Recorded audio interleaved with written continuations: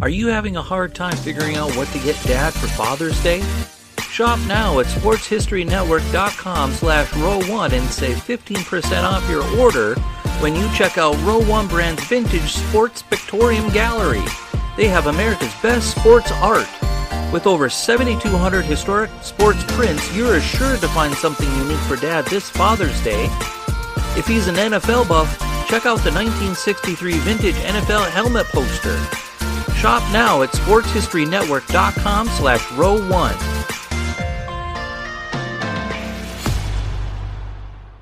This is our league, and this is your league. From the 55-yard line on CFL America Radio and the Sports History Network.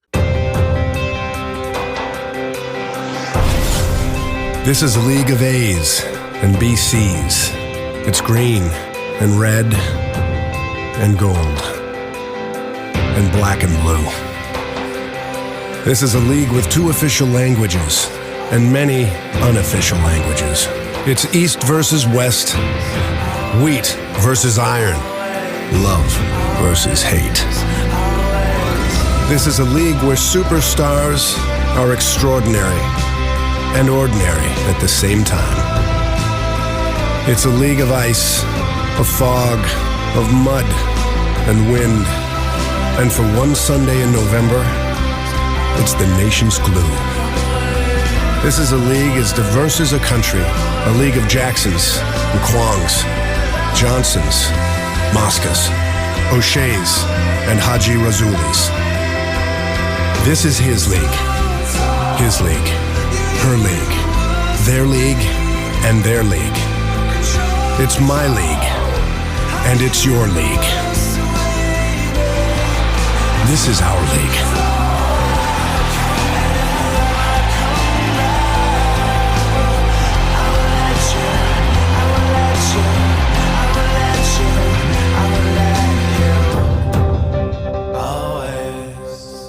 Welcome to the 55-yard line, where today Scott and I are joined by Mobile and Daphne, Alabama native and CFL legend Bryant Turner Jr. From 2011 through 2015, Bryant spent 5 seasons in blue and gold, followed by 2 seasons with the British Columbia Lions. During his time in Winnipeg as a defensive tackle, he appeared and started in 71 games, during which he recorded 26 sacks, 5 forced fumbles, 75 total tackles. He also appeared in 3 playoff games for the Bombers, including the 2011 Grey Cup. Bryant, welcome. Thank you for joining us. Thank you for having me. I'm looking forward to it, and hopefully get all you guys' questions answered, what I can bring to the table on CFL. You are, I got to say, you are our first pro. I don't know how it happened, but you are our first former football player, correct? Oh, nice. Scott? Well, we had Matt Donegan. So. Oh, that's right. That's right. We did. Okay. It's Monday. My bad.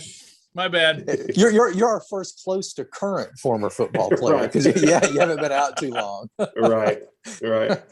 Nothing personal, Matt. I mean, Speaking of which, that was going to be my first question. We had the Birmingham Barracudas back in 1995 during the U.S. experiment in the CFL. You were only 7 years old at the time, and living in South Alabama. So I guess probably the CFL wasn't really even on your radar when you were a kid. Yeah, not at all. Growing up in Mobile, Alabama, other than Alabama, Auburn, Iron Bowl type day, football, college football was kind of the biggest we had looked at or seen or really paid attention to.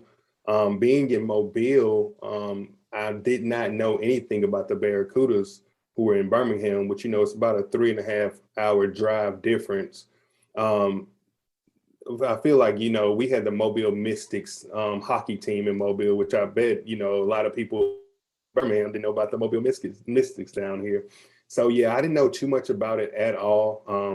Even until I went to the CFL, I had I didn't know any information about the CFL. I hadn't watched the full game before, just highlights. So, yeah, it was definitely an experience for me, and, had to do some research about the CFL. Did you have any particular teams, college and pro, that you grew up cheering for? Well, you're made to choose, being born in Alabama at an early age, and I lean more towards Alabama. My family that I grew up with, they weren't, diehard either or, neither I went to neither school, but just lean more towards Alabama. I seen Alabama to be winning the most back then. Of course, you just jump on the bandwagon as a 5-6-year-old. Right. Yeah. I guess as far as pro teams, New Orleans was the closest NFL team to where you were. Correct. The Saints game was the first NFL football game I went to. I had an uncle take me at a young age. And, a lot of people in the Mobile area, I think it's a 2.5-hour drive, maybe less, to get to New Orleans. So you got a lot of Saints fans in the Mobile area. I feel like in Alabama in general, you got your Saints and you got your Falcons, and then of course the Cowboys fans. Right. Mm-hmm. Yeah, that's one of the weird things about, if you grow up in a state that doesn't have an NFL team, you just kind of, it's like I'm a Jets fan, which makes no sense for someone, born in Birmingham, Alabama. But Right. yeah, I mean, if you live in a state that doesn't already have an NFL team, I guess whoever just sort of catches your fancy when you're a kid, becomes your team. And a lot of times, if you're like me, you stick with them for 50 years for better or worse. Right. And that's true. And, I don't know, it's a lot of supporting reasons. Like, I'm just thinking of high school. I play with a guy named Patrick White at Daphne High School. Patrick White was a great, football player in West Virginia. And, I had never paid West Virginia attention, had never seen a West Virginia flag. And then Pat went to West Virginia. All of a sudden, Daphne is full of West Virginia flags everywhere on the cars and everything.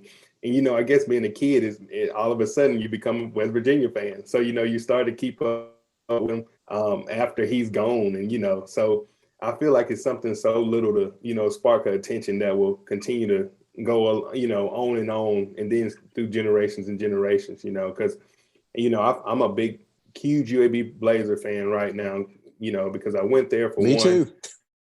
Yep. And, and my wife went there, she played soccer. So, our girls that are, 7 and 3 years old right now, their biggest thing is go Blazers, it's go Blazers. And then they I think both of them lean towards Alabama after that. Yeah. So, yeah. I know. Oh, I'm sorry. Go ahead, Greg. Cool. I don't think Greg's there. Yeah, I was going to ask before we get into the CFL part of your career, how did you wind up at UAB? I mean, were different schools recruiting you? How did that process play out? Well, yeah. So basically, coming out of high school, first I went to a very good high school that had a really good football program. We went to two state championships while I was there. Lost them both to Hoover High School, which is a great high school. Anyway, basically I had all of Conference USA offers, and it basically boiled down to Central Florida or UAB. I really wanted to go to Southern Miss. I love Southern Miss. Had a couple teammates that were older than me at my high school that went there, and they offered, never came. That was the one school I think in Conference USA that the offer never really came. End up choosing UAB, proximity to the house, my parents being able to come to the game 3.5 hours versus 8 hours in Central Florida, was a big deal, I guess. And I don't know, I feel like it had, UAB had we had a lot of potential. It was nowhere near a powerhouse, didn't have the facilities yet. I had played in a junior all-star game and an Alabama-Mississippi all-star game. In Alabama-Mississippi all-star game, we actually had more players in the game than Alabama. I think we had 7, Alabama had 6 that was committed to UAB. So, it was great potential that honestly never really folded out, but I seen that, and that was something that definitely helped to make the choice to go to UAB.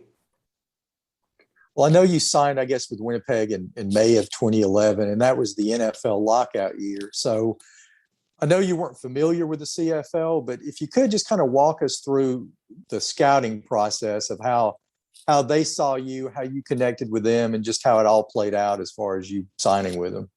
So basically, correct. I came out during the NFL lockout, and the way things were working in the NFL lockout, there were basically, if you didn't get drafted, you didn't have any communication with any team. So you didn't know if you were going to sign a free agency or not. And I didn't draft it. So it was kind of like everybody went into the dark to see what was going to happen. Well, at this time for me, the CFL came calling, which I I had seen a CFL highlight or two on, ESPN before, but never knew anything about it, had never watched a game. They came calling, I guess. I found out that I was on the neg list, which is the negotiation list for Winnipeg Blue Bombers. So I ended up being called to a tryout, actually in Birmingham. They had a tryout in Birmingham where a scout came out, and then I was invited to a tryout in Atlanta where, it was a second trial where the GM was there. Basically ended up signing with them soon afterwards, basically. So that was kind of my route to the CFL. It was honestly the next best thing in my situation, coming out during that lockout year, which, I feel like it was a struggle for a lot of guys because a lot of guys kind of knew they would go or figured they would go, but no any communication from the team. It was illegal. And it was just you were kind of waiting in the dark. And I just kind of took the job security thing because I know I didn't want to sit around because I knew I would be working somewhere, somehow. And it was like, hey, I'd rather go with something for sure than to, be selling cars with my dad for the next few years. So that was kind of the option I took.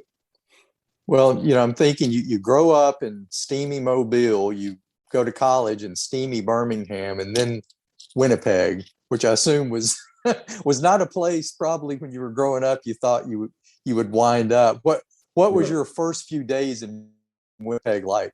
Well, basically, so when I first got a call about Winnipeg, I looked it up. I was like, well, where is that? I had heard of like Yukon, Canada, you studied a map in class. I looked it up, and basically the first like header that popped on Google was like coldest city in the world. And I'm like, oh my gosh, well, it's gonna be a big difference from where I'm from. And just so small-minded and what's the word? Not cultured, I guess. So I was thinking like, are they living in igloos up there? I mean, you didn't know. That's the thing. You had no real point of reference, I guess. Had no point of reference, basically. Didn't have any idea how Canada was. So anyway, just looked that up at Google, seen coldest city in the world, read some more articles, clicked on some images, like, okay, they do live in houses. Okay, we're good. I can do that, So anyway, end up going to Winnipeg. My first day, I don't know, it was a crazy storm. I guess they had in years. The first day we flew in, it was crazy just coming in the airport. I feel like we had to speed up to land. Wind was blowing the plane left to right. It was crazy. Basically getting luggage and putting it on where we needed to go and hopping in the van. The wind was blowing the luggage down the street. It was raining like crazy. It was freezing cold. And this was I think it was probably end of May. I think end of May or beginning of May, something when we were up there. So it shouldn't have been cold at all, basically. It was the first day that the Winnipeg Jets had got back into town. So you had a lot of people that was just kind of celebrating and acting like ridiculous, and it just like, it was a tough thing to come into, It was funny because the guy that picked us up, it was a guy that walked by with like an old Winnipeg Jets, jacket on, like from the old World Hockey Association days. Yeah. And I'm thinking like, do they dress like this all the time? What it is, but he explained that the hockey team had just came back that day. So that was kind of the day we flew in, and I would, of course I'm still, sheltered, only reading what was on Google. And then this is my first day. I'm like, this probably won't last a long time. It's going to be tough, So anyway, went on to be, great. We ended up staying at a regular hotel, with some regular people, some Americans that I was kind of familiar with. And, it was kind of smooth sailing after that. And I honestly loved Winnipeg and still love Winnipeg to this day. It's an amazing city with some amazing fans, very hands-on, which I think the CFL is a very personable game, way more than the NFL anyway. But, we actually intermingle with our fans. I went to house parties with our fans. We were invited to Thanksgiving Day, went over and brought my family, become this great culture up there that I feel like it's hard to find anywhere else, even in Canada. I feel like Winnipeg specifically is easy to find and get attached to your fan base and your group and, become family. So that was the experience. Yeah, that's one thing. And of course, I like all forms and all levels of football, but just following the CFL as I had, for several years, it does seem more community oriented. It's almost like, when you watch you guys play, whatever the team is, whether it's Winnipeg, BC, Hamilton, whatever, that they truly are part of the community. You don't necessarily get that vibe with an NFL team. There's more, I guess, of a corporate structure or something. I don't know. And whether that's true or not, that's the same perception I had. Like when I watch a CFL game, it's like, wow, these guys, I mean, certainly you're playing for money, but you're really playing for the fans.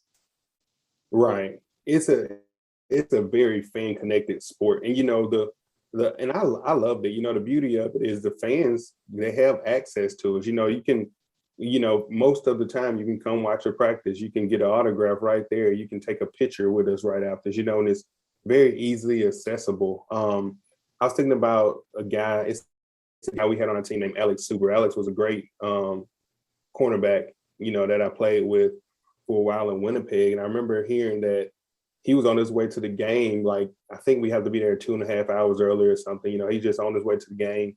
Seen some fans standing at a bus stop outside of his apartment complex and was like, hey, y'all going to the game?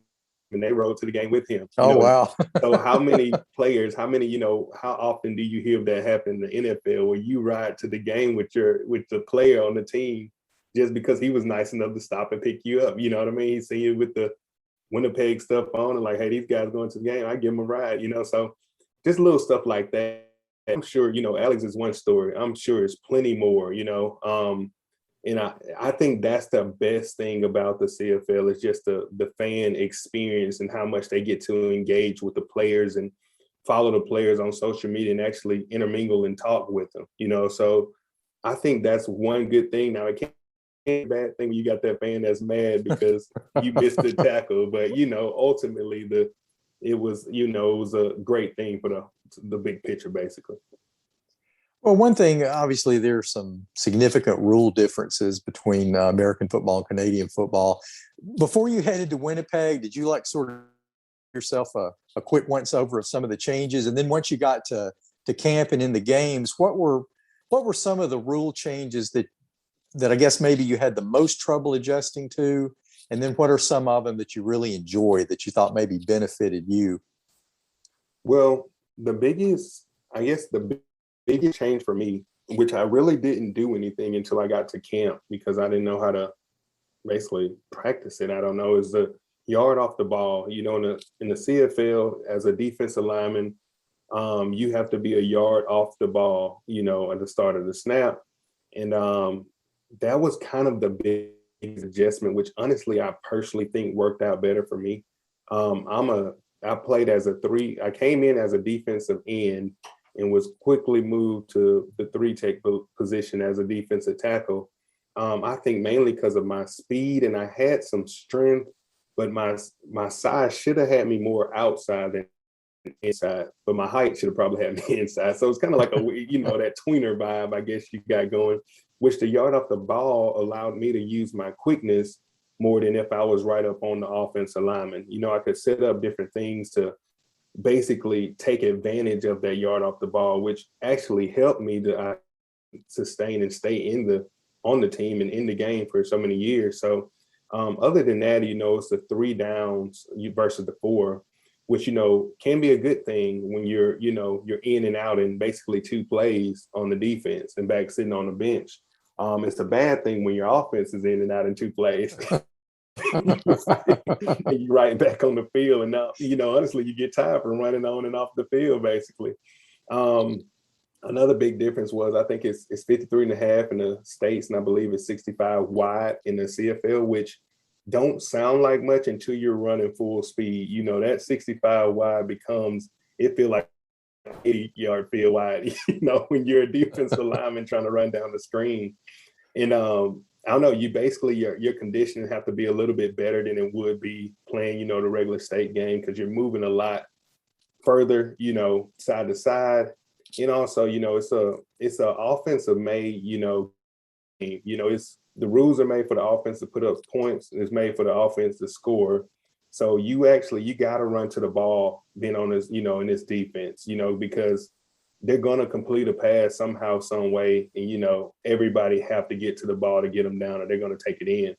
So that's what kind of the bigger difference is. Basically, you always have to be running, you know, which, you know, worked out in my favor, being a little bit smaller of a D lineman rather than a 6'3", 280. You know, I was a 6'2", 265 guy that could get the job done. I know when you watch a game, you know, if you just see where the camera is just down on the scrimmage, you don't really notice it.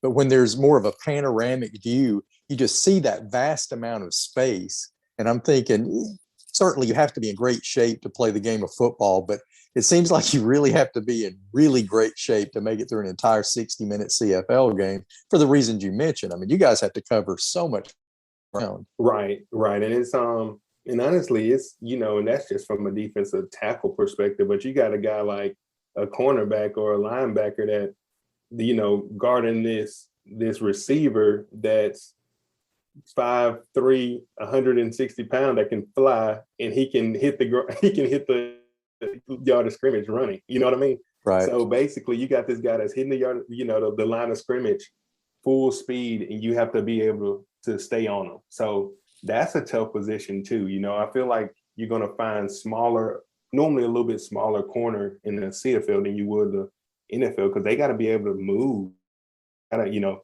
be able to pick up and go really quickly and, you know, do it for a long amount of time. So I feel like their position is, you know, way more tougher than the defensive line and defensive tackle position. However, you still are running on the defense for sure. We had a 7-year career in the CFL, and I know you know 5 years at Winnipeg, where you know you consider yourself a Blue Bomber. What are some of your are there some extremely memorable games, memorable plays, or just some things that even now when you look back that really stand out for you? I mean, I don't know. I guess every I don't know, every game is almost memorable at Winnipeg. I got a few. I mean, every sack, of course, is going to be a memorable thing. My first sack was against Ricky Ray, who's a great quarterback. Oh, yeah. In the CFL. He was with the Edmonton Eskimos. And, you know, this is somebody, you know, I'm coming in the CFL, don't know anything, but, you know, this guy is very well respected. You know that for sure. So to sack them was amazing. You know, Calvillo, if I'm pronouncing it right, from Montreal was another great quarterback you got to play against. And, you know, to sack him was an amazing feel. Like, okay, I made a difference in this game, not only, but I got to sack this amazing player, you know. So all of those definitely stand out. I definitely remember Ricky Ray's. I think Ricky Ray's was one of my profile pictures for years on Facebook. That's a good one to keep there. Yeah. Yeah. So, you know, those are big deals. As far as Bombers game, you know, we had very dramatic seasons with the Bombers. Mainly, you know, my first year we went to the Grey Cup and we ended up losing that game. But the next 4 years we didn't make it to the playoffs, I think, or something like that. So, you know, we had some very dramatic seasons. That the year we went to the Grey Cup, we basically, by the grace of God, made that work, basically, because we could have won this game easily and lost it, and it would have put us here. And we end up coming out the first in the East, I think, by like basically 3 or 4 teams had to lose that you made that shouldn't have lost, that made us, you know, make it work. So it was a very up and down season at the, you know, emotionally at the end, towards the end of that year, because it was little games we could have won that we lost, and the ones that, hey, you win this one and we're good, and we lose that one, and, you know, so anyway, we made it work, you know, went, and we had a great team, just, you know, young, and I feel like not too much discipline, honestly, but had a great team, had a great group of guys. That's when we were Swaggerville back then on the defense, and our defensive coaching staff and like our players were just ballers. Just, I don't know. That was a year to remember, basically, because our defense was so good. We were sacking the quarterback almost every other play. We were getting interceptions almost every other play. It was just amazing, you know, as a defensive statue. So that's a year that definitely stands out. I guess other than that, we changed the uniform. They went to those retro uniforms for a second. Oh, yeah. You know, everybody in Winnipeg hated it, which I personally liked those uniforms. That was one of my favorites. I remember the pants felt so good. The pants felt like you were almost wearing nothing, so you could move so good in them. And I love them. And we ended up winning the game, and I don't think we ever wore them again. And the fans just think they didn't have enough blue or something like that. I don't know, but that was a great game. I remember that game like it was yesterday. I think we played as a great team game. So, it's little stuff like that. Grey Cup is a sad memory. I ended up getting a bad eye injury in the beginning of the second quarter of the Grey Cup and was out the rest of the game. But it was a fun experience. We were there for a week in Vancouver, which I telling you guys earlier, I love Vancouver city. So little stuff like that stand out but I guess that I can think of off the top of my head. Well, have you stayed since you retired from the game? Have you stayed pretty involved as far as following the CFL and following, I guess, the Blue Bombers specifically? Well, I was more than I am now. Now, I'm selling real estate and I can get pretty busy at times, but I still try to keep up with the CFL as much as I can, especially the Bombers. I was extremely happy they won the Grey Cup. I felt like, for one, the fans deserved it. I felt like, they had finally figured out, the things that could make it happen for the organization. Because honestly, it was a quarterback, I was there 5 years and we had 14 starting quarterbacks in 5 years. 14 quarterbacks started the game. Yeah, and a lot of people don't talk about that, but in 5 years, 14 quarterbacks started a game at Winnipeg, 14. And basically, you get out there. We were, and just a little quick, I guess, memory, I guess, the little facts, I guess. Me and Clarence Denmark was a receiver. We came in together for the 2011 year, and we actually got released together 5 years later. We were the last two on the team from 2011. And that's including everybody, head coaches, assistant coach, everybody. We were the last two. Clarence ended up getting signed back the very next year. But basically, we went through a complete different organization when I personally believe it was one player that we had to figure out. You know what I mean? But not to knock anybody, everything worked out, but it was obvious they got one. Matt Nichols basically helped take the Bombers to where, to their Grey Cup. And I feel like he did a great job of doing that, So, I was extremely happy for the fans that these fans continue to show up at games when I feel like as a player and, as an organization, we had let them down multiple times over the last few years, So that was good. I was very happy about that. It's just looking at your career, you're an all-state performer at Daphne, the UAB, and of course UAB had some pretty lean years while you were there. But then you end up being a CFL All-Star in 2013, I think it was. Did you kind of feel like that you'd sort of come full circle at that point? That had to be a huge thrill to be a professional football player and to be recognized as one of the best in the league. Yeah, it was, it was a big deal to me, just personally, because like I said, I went to a great high school that had a great organization, very well ran. Honestly, my high school program was probably better than my college program at UAB. Just weight room wise, the way ran things, it was just top notch. We went through the building years of UAB, and I don't mind it looking back because I see where we are now. We got a brand new stadium, brand new football facility, great coach. That was coach of the year, I think 2 years in a row. So I don't mind paying that price for what we have now because I get the reap benefits of it pretty much. But then to get to the CFL, it's like, okay, you go from this great program where, we winning. I think I lost 5 games in high school total, I think, something like that. And then you go to UAB where we rebuilding, and I think I won 5 games. So rebuilding and a coaching change. Didn't you play for Watson Brown your first year and then Neil Callaway after that? Yeah, so I was redshirted my first year, and it was all under Watson Brown, and then I was there for the whole time with Neil Callaway playing. And it was not talking bad on my coach. It was a good atmosphere, but I thought things could have been a lot better personally. Looking back. But I'm a player, and that's what my scholarship was paying me to do. So I, went to work every day and did the best I could. So, anyway, but you go from that to, you start to almost doubt yourself, like, hey, am I not good enough? What am I not doing? Blah, blah, blah, blah. And you feel that you are, but then you go to, then I get to the CFL and it's kind of solidified. I think I made CFL All-Star 1 or 2 years, I can't remember. And I think the year I made it, I was the only one on the team for Winnipeg. It was my second year. Yeah, I was the only CFL All-Star on the team. So it's like, okay, I'm not crazy. I thought I was doing decent. You know what I mean? And my work ethic, you've seen this payoff, and of course, it definitely give you a boost to say, okay, I'm not crazy. I have been working hard for a reason, and it's starting to pay off. So it definitely helped to see that happen, basically. And honestly, to me as a player, the CFL All-Star was good, and it was fun. But the best All-Star I feel like you personally can get as a player is the what's it called? When the players vote on you. Oh yeah. All-Star. I can't think of the CFLPA All-Star. I think I got that twice, I believe, and that was like the biggest. That's the one that I care about, honestly. Because I think those were the guys that you hit that voted for you. So that's exactly, and that's the respect that you want as a player. Because I think it's what coaches and media that vote on the CFL All-Star, if I'm not mistaken.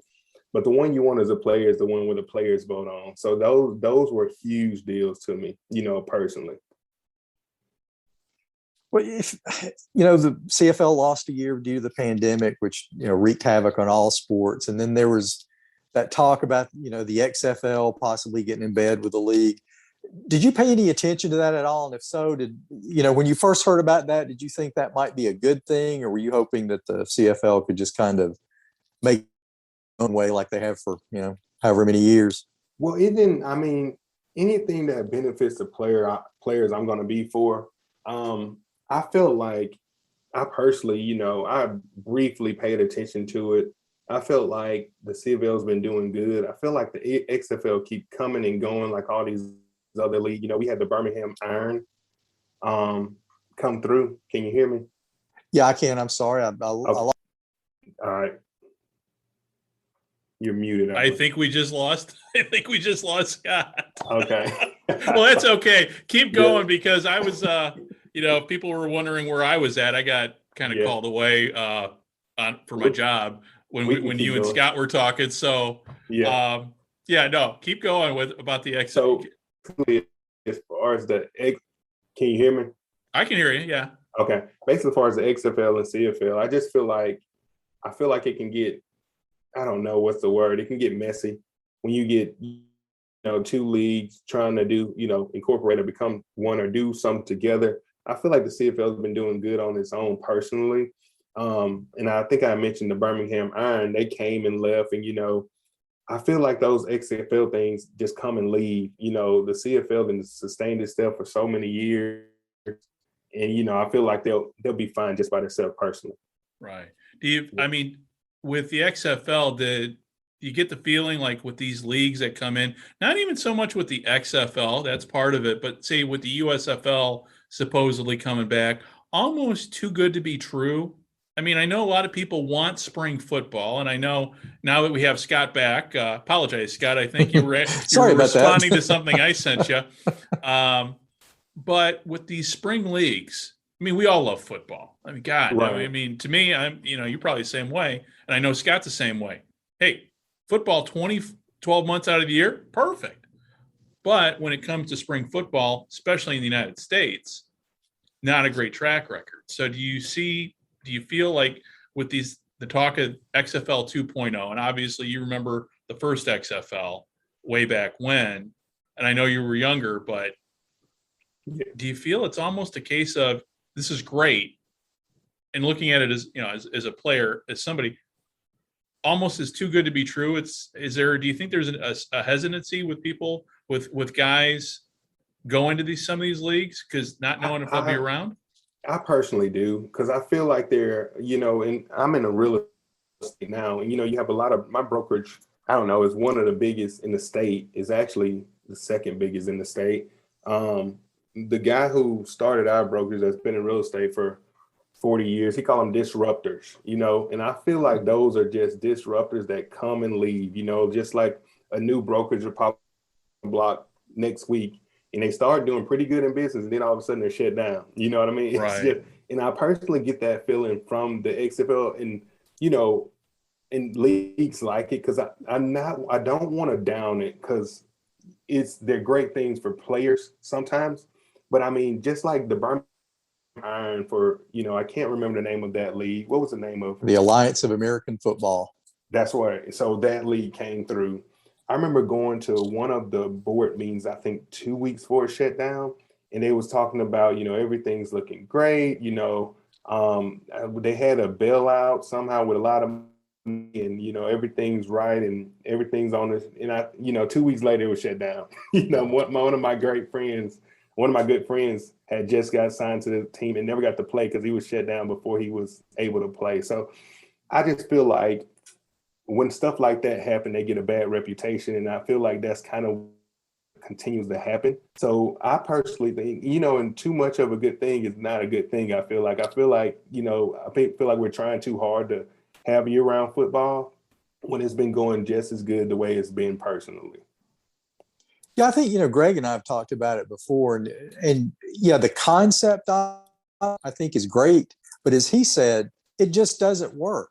I mean, we've Right. tried it over and over and over again, and there's Right. just, I mean, yeah, if you got a gazillionaire that wanted to just put all their money behind it, you could make it last, but at some point, it's got to be viable. You know, at some point, you got to know that, you know, that the novelty's not going to wear off, and that seems to be, I mean, you know, you'll have these leagues and they'll start in the first couple of weeks, they draw well, but then you get to the end of the season, if they make it to the end of the season, people aren't watching it on television, people aren't showing up. And I think, Bryant, you may be right. I mean, it may just be a situation where, you know, we've got high school, college, NFL, CFL, and maybe that's enough. Maybe during the spring you can just watch baseball and rugby and soccer and be let's happy with not that. forget, we got indoor football too. I mean, to me, Right. and as much as I'd like to see spring football, and on social media, I get very, how do I want to say,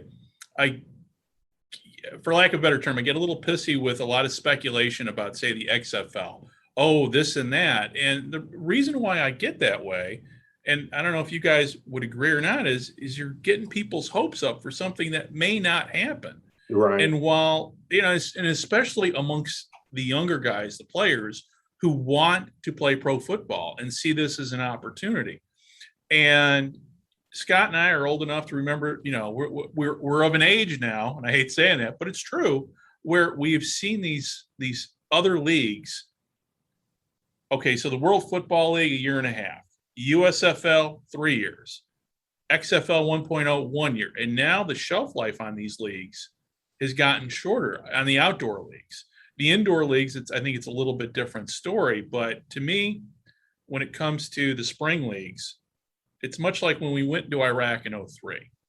And I would sit in there in meetings and nobody would answer the question, okay, well, we invade, then what? And there's no then what in terms of how to build on the success, say, of that first week. So, Right. and that's just my opinion. But and I mean, to add to that, you know, I look at it from the players that's playing in these leagues, you know, personally, you know, not to offend anyone, because I had friends that play and them, still do, but it's just like, most of these players are desperation players that, hey, I think I still got it. I'm gonna get this one last chance. And honestly, I just don't think it's to their benefit, especially now that I'm out of football and kind of see how things work a little bit better. Because, you know, and I love it. You know, I was watching the Winnipeg game the other day and I'm like, man, I'd love to go back and, you know, run another plays. And I'm personally sitting here in town with my family every night, making more money than I made playing, and still want to go take another snap. But ultimately, that's not benefiting me or my family by going out there in desperation, trying to, you know, do something that, you know, I really probably shouldn't be doing. So I just think from the player standpoint that we should, you know, we're hurting them also, that, you know, are trying to do something out of desperation rather than what they probably should be doing personally. right. And the Alliance, I think, of American football is a classic example. I mean, it's literally a cautionary tale for everybody, not only for people investing in these leagues on the business end, but like you said, the players. Right. And Brian, I was going to ask you this because I know this used to be very prevalent in the CFL. Even when you played, were there still guys that held other jobs to kind of supplement their income, or was pretty much everybody on your roster just football only? No, it was plenty of, I would honestly say 80 to 85% probably held other jobs, mainly because they had to, and I will give the CFL credit about that. They only can technically have well, when I was playing, I'm not sure how much it's changed, for about 4.5 hours a day, technically. As far as when we had to clock in and when we technically had to clock out. Now, most players are there 7, 8, 9 hours, doing other stuff, getting therapy, weight training and stuff like that. However, their reason for doing that is so guys can work on something else, if they got a second job, or if they're doing something, back home or something like that, basically. And that's their reasoning, which it should be when you're not making that much money to sustain yourself and a family, as a grown man. But yeah, honestly, it's weird how it worked, because I thought it was kind of unfair, because you have the top players that make top dollar who can focus on football year round. My first 2 years, I wasn't one of those players. But luckily, my first year, I was still living with my parents. And my second year, I don't know, I had to make something work, something like that. But anyway, so then you make it to the top, over 100,000, where it's like, oh, I think I got enough money to live in the off season, and I can focus all my time on working out and getting ready for the next season. But you have that player that's making 50 or the minimum, you break it down in the States, when you transfer money, you're making 35, that, hey, I got to find a job in the off season. So he can't focus as much time on football as he did feeding himself and his family. So it's almost like the better keep getting better, while the guys that's trying to get in don't have the time to, get better. So it's a tough situation. Guys figured it out, and it's part of being a man and playing football. But it is a tough situation, that I honestly, it's not too fair, you know what I mean? Which I feel like is that way in everything, but it's not really. Well, while you were in the CFL, is that when you developed an interest in real estate, or how did you kind of segue from playing to what you're doing now? So yeah, actually, it was when I was in the CFL. Short answer was it was during the off season. I wasn't doing anything but working out. I had my daughter, my wife is a school teacher now, so it was cool, because in my off season, I took my daughter to Mother's Day out. And then I go work out for 3-4 hours, come back and pick her up and spend the rest of the day with my daughter. I was living the life there for a couple of summers, but we were eating. I had picked her up. We had went to eat breakfast at like a little breakfast spot in Birmingham. And of course, walking around as my size, people are going to ask, do you play football? Do you play football? Something like that. So I always get to talk about sports when I'm with, out in public normally. Anyway, it was a guy that owned a real estate company in Birmingham. He just happened to be sitting behind me. We talked about it. And, I had already thought, because I knew, I feel like I'm one of the blessed ones that was blessed with, hey, I only got about 2 more years of this thing, and then I'm going to have to wrap it up, So I knew I had about 2 more years left in the CFL. I knew that like I knew from the big, like it worked out perfect, basically.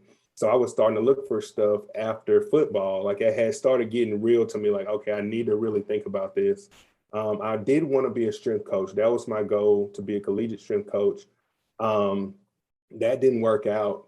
Basically, I was doing that outside of after college. Ended up signing the CFL, because you had to basically pass this test to become an NCAA strength coach or whatever. I failed a test. The next day I signed with Winnipeg Blue Bombers. The rest is history now.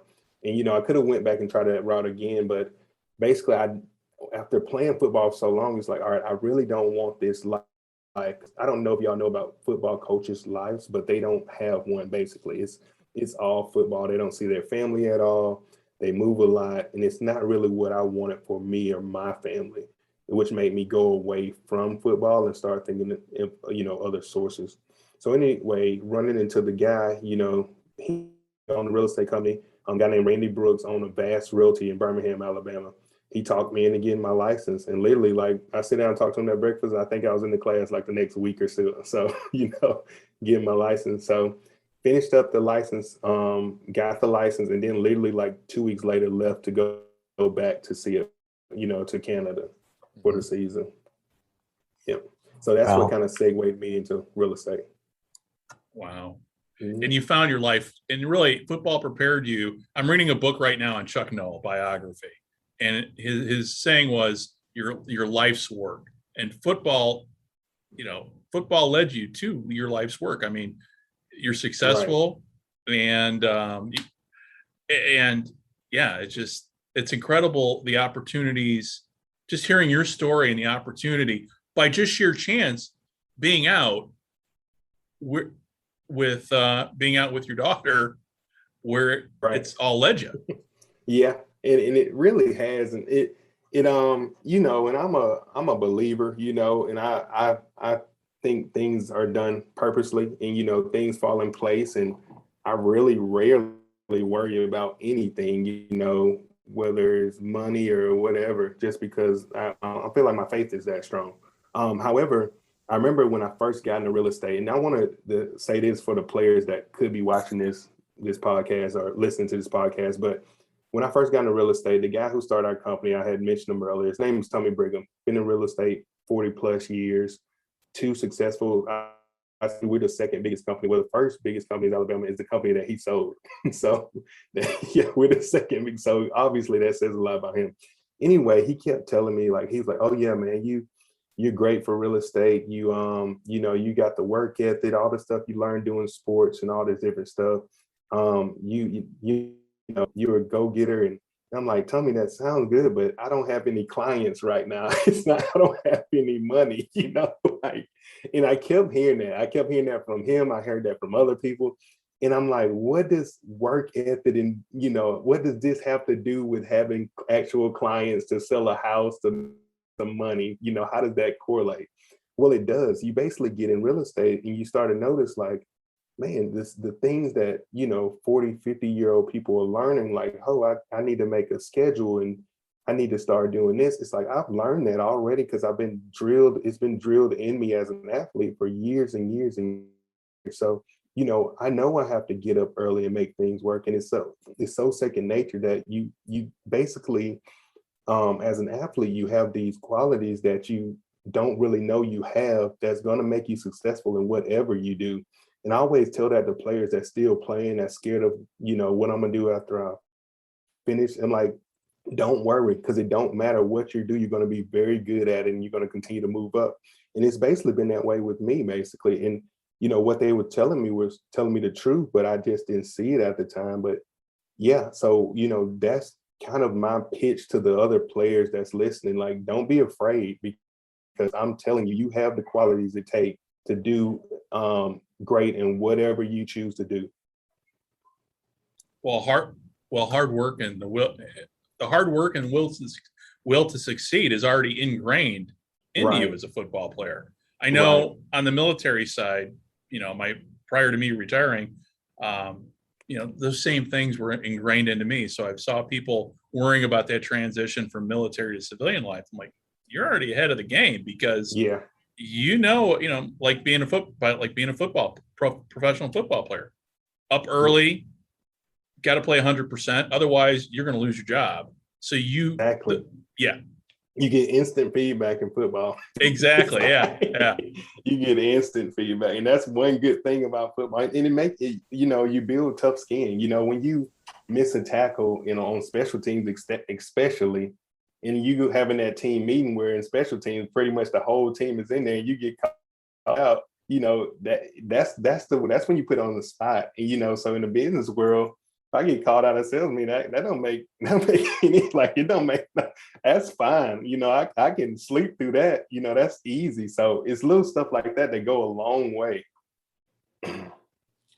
Well, I know we're getting towards the end of this, but I got to ask you, are you going to be at a Protective Stadium this fall watching the Blazers? Oh yeah, I'll be there. First game for sure, and I'll be in Montgomery September 1st for the first season game. Crampton Bowl, JSU. Yep. Crampton Bowl, and I probably would have went to Georgia, but we got a birthday party for my daughter. I couldn't get out of. Hey, watching on TV. You can sort of look at your phone. Yeah, we have my youngest daughter turning 4, so I'll miss the Georgia game, but it will be on the TV for sure. Yeah. Sorry to hijack it there, Greg. I had to get in some UAB stuff while I could. Right. Oh no, that's hey, I love hearing you guys talk about Alabama football. Yeah. I'm in Illinois, so in terms of our football up here, we don't have much to talk or brag about. Right. Right. Except maybe the Bears, but we'll see. And as far as Illinois, Northwestern, and the rest of them, yeah, not so much. Right. Well, Bryant, hey, thank you very much for joining us, and hope to be talking to you very soon. Thank you guys for having me. I really appreciate it and really enjoyed this. We did too, Bryant. Thanks so much. All right, y'all have a good one. All right, you too. Bye. And for everybody listening, hey, we'll see you next time.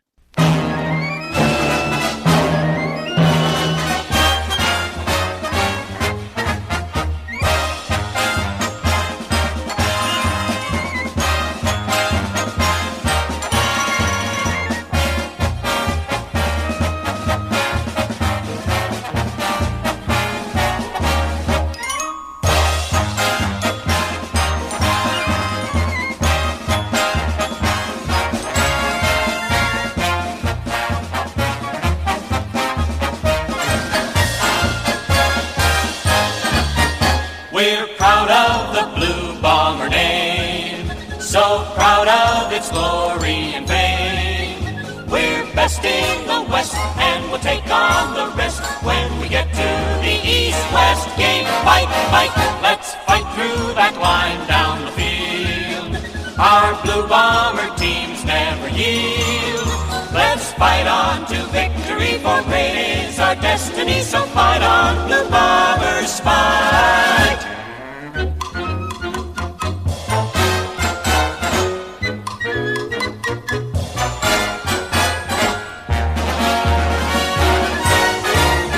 We'll shout as you go charging by. We'll send up our cheers to the sky. Behind you we'll stand, you're the best in the land, and we'll shout out our praise on high. Fight, fight, let's fight down the field, yard by yard. Let's fight down the field, hit 'em hard. For we want a touchdown team, and we want a chance to scream. So fight on, Blue Bombers, fight!